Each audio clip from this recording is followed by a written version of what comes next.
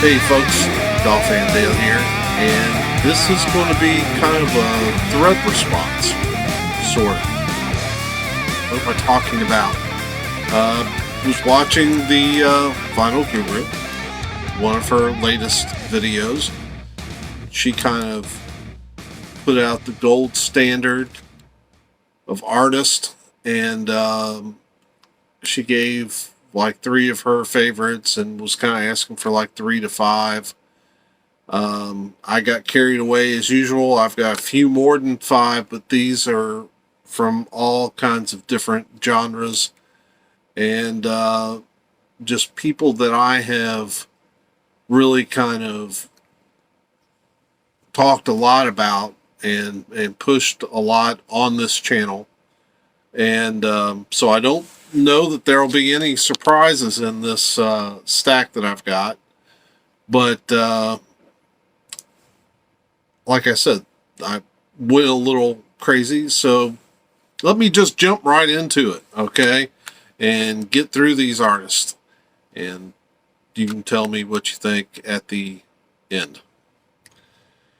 So the first artist that I've got here, Tamela Mann. I have gone on about her because I think she's that good. I think, we're talking a powerhouse gospel singer. Most people know her as Cora from the Medea movies. But, even before Tyler Perry discovered her, she and her husband were in Kirk Franklin and the Family. Of course, Kirk Franklin's a gospel legend. So, yeah. Anyway, I think this lady is so good. Yeah, I think when it's said and done, her name belongs up there with the greats like Mahalia Jackson and Shirley Caesar. And I'm talking about Tamela Mann. The next artist is Ashley Cleveland. She's also a powerhouse. Man, she can belt it. And, she's a good songwriter and has come from some tough places. And so that reflects in her music. She's also married to Kenny Greenberg. Excellent guitarist and session guy. I think he also produces. And so together they're just terrific. Hi, Aretha. Yeah, so I keep going on about her because she's so great. Next up is my favorite bluesman, Glenn Kaiser. He started in the Resurrection Band, but then went solo when that band broke up. And so his solo work and the Glenn Kaiser band work is more blues. This dude can play anything from a cigar box to acoustic to electric. He can sing.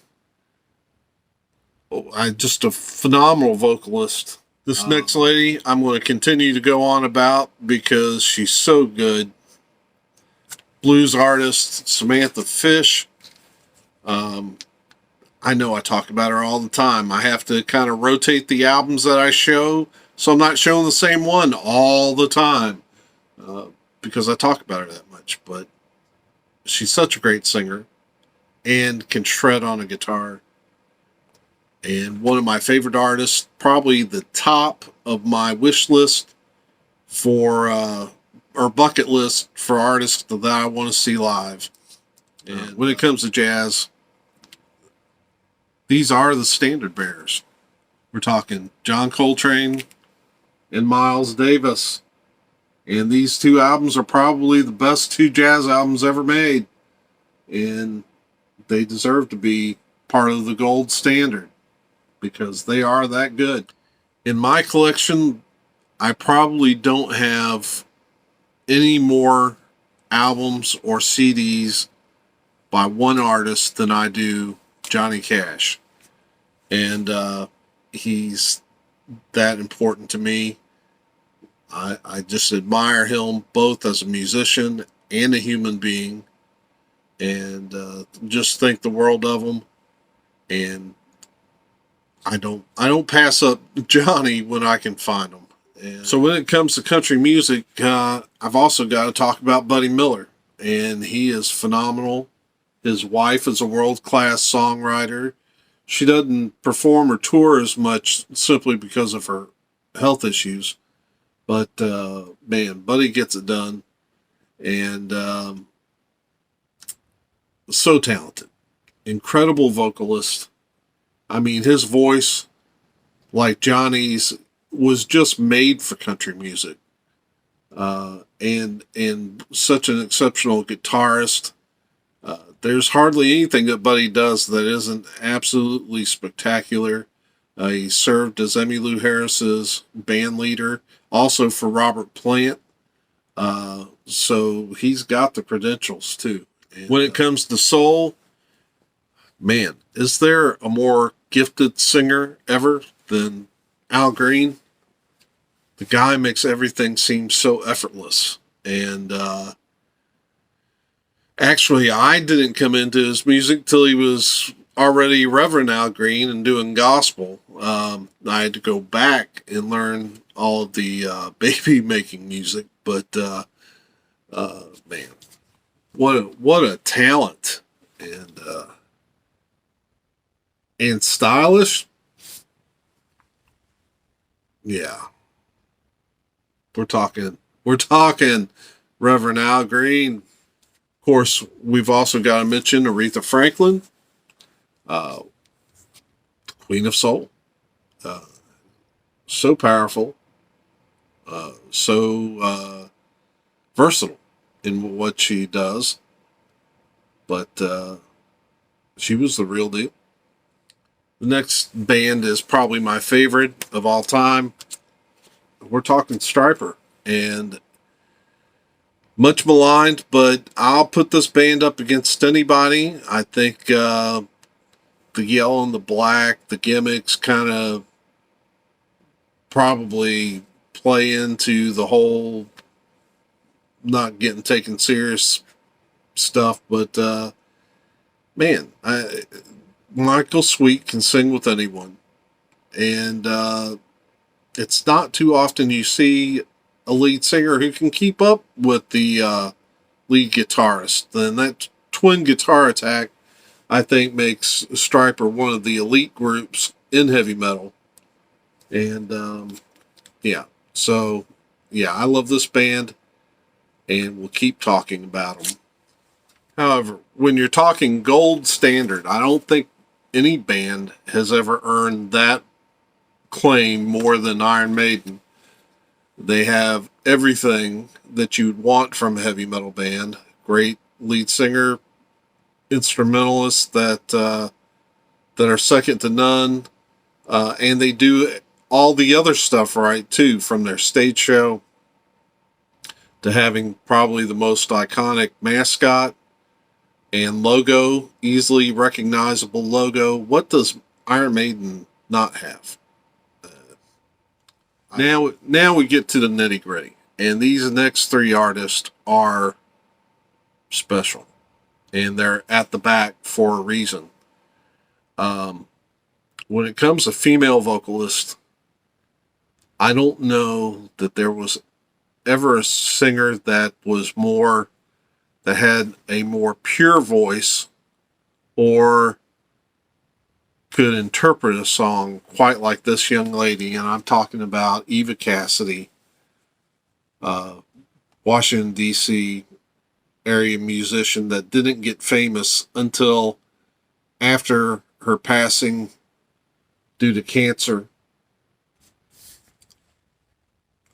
This particular album is an expansion on the CD that I used to have. The CD was titled Live at Blues Alley, but this is that same set, only more tracks. In fact, this is a 4-record set. But if you haven't heard Eva Cassidy before, do yourself a favor, go to YouTube, look her up. I'll put a link in the description. Listen to her sing Sting's Fields of Gold. It's not Sting's song anymore. Hers is the definitive recording, and I think he might even agree. She was just such a treasure. For my money, there's not a better guitarist on the planet than Phil Keaggy. And if you just go back a couple videos, I've done about 3 contest videos in the past week. Somewhere in one of them, I've gushed about Phil, so I'll keep it short here. Just say this guy he's a Jedi master at the guitar. Yeah, the guy's special. And seeing him live, it just reinforces that. But so if you haven't had any Phil Keaggy in your collection, you need to look him up. So the next artist is my absolute favorite, bar none. Greatest vocalist ever, period, in my book. At least I've believed that for so long, since 1983 when I discovered him, that I keep forgetting not everybody has come to that same conclusion. It's not like a worldwide known thing that this is the greatest singer on the planet, but I don't know how anyone could argue if you've ever heard Russ Taff sing. And right now, if the guru is watching this video, she's got to be having a moment of deja vu, thinking, that cover looks familiar. And the reason why she's having that flashback right now is because I was watching one of her videos, maybe even a year or so ago, where she was going through a Canadian thrift store and flipping. And she had this album in her hand. In fact, she stopped on it and looked at it. And then, of course, I'm on the sofa watching and yelling, get the album, pick it up. You don't put it back. She put it back. So I guess I might have to find a copy of this and send it her way, because she doesn't know how great this vocalist is. This is probably Russ's rockiest album.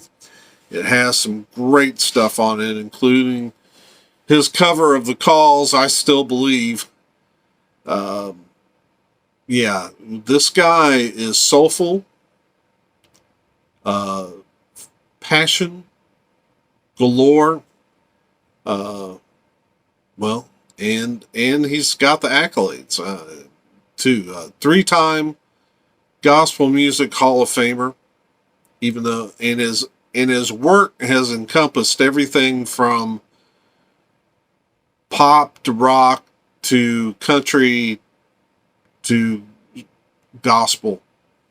And he's worked with some of the best in the business. 6-time Grammy winner. I think he's won somewhere in the neighborhood of 15 to 17 Dove Awards. I'm not sure what the exact number is there. And he's a good guy. And it's been my pleasure to go down to Bell Buckle every October. Now I guess it'll be November. And go to the Russ and Tori Bell Buckle weekend. Tori is his wife, sweet lady. And it's been my pleasure to kind of get to know him a little bit. And I know that's not common with a lot of favorite artists. And that's been so cool. Also, from Russ's discography, I do recommend keeping an eye open for this. It's not that hard to find. It's his solo debut after he left the Imperials. The other album I would say keep an eye out for is a lot more rare. This is Under Their Influence, and it's an album where he took a lot of older gospel songs. He was making a recording for his mother who was ill, and a record exec heard this and heard what he was doing and said, we need to put that out as an album. I do consider this to be the greatest album ever made. Anyway, that's my video. A lot more artists than what she asked for, but man, those are some great artists, and I'll always bang the drum for them on this channel. I hope you enjoyed the video, and I hope you come back and see us sometime. Until then, peace.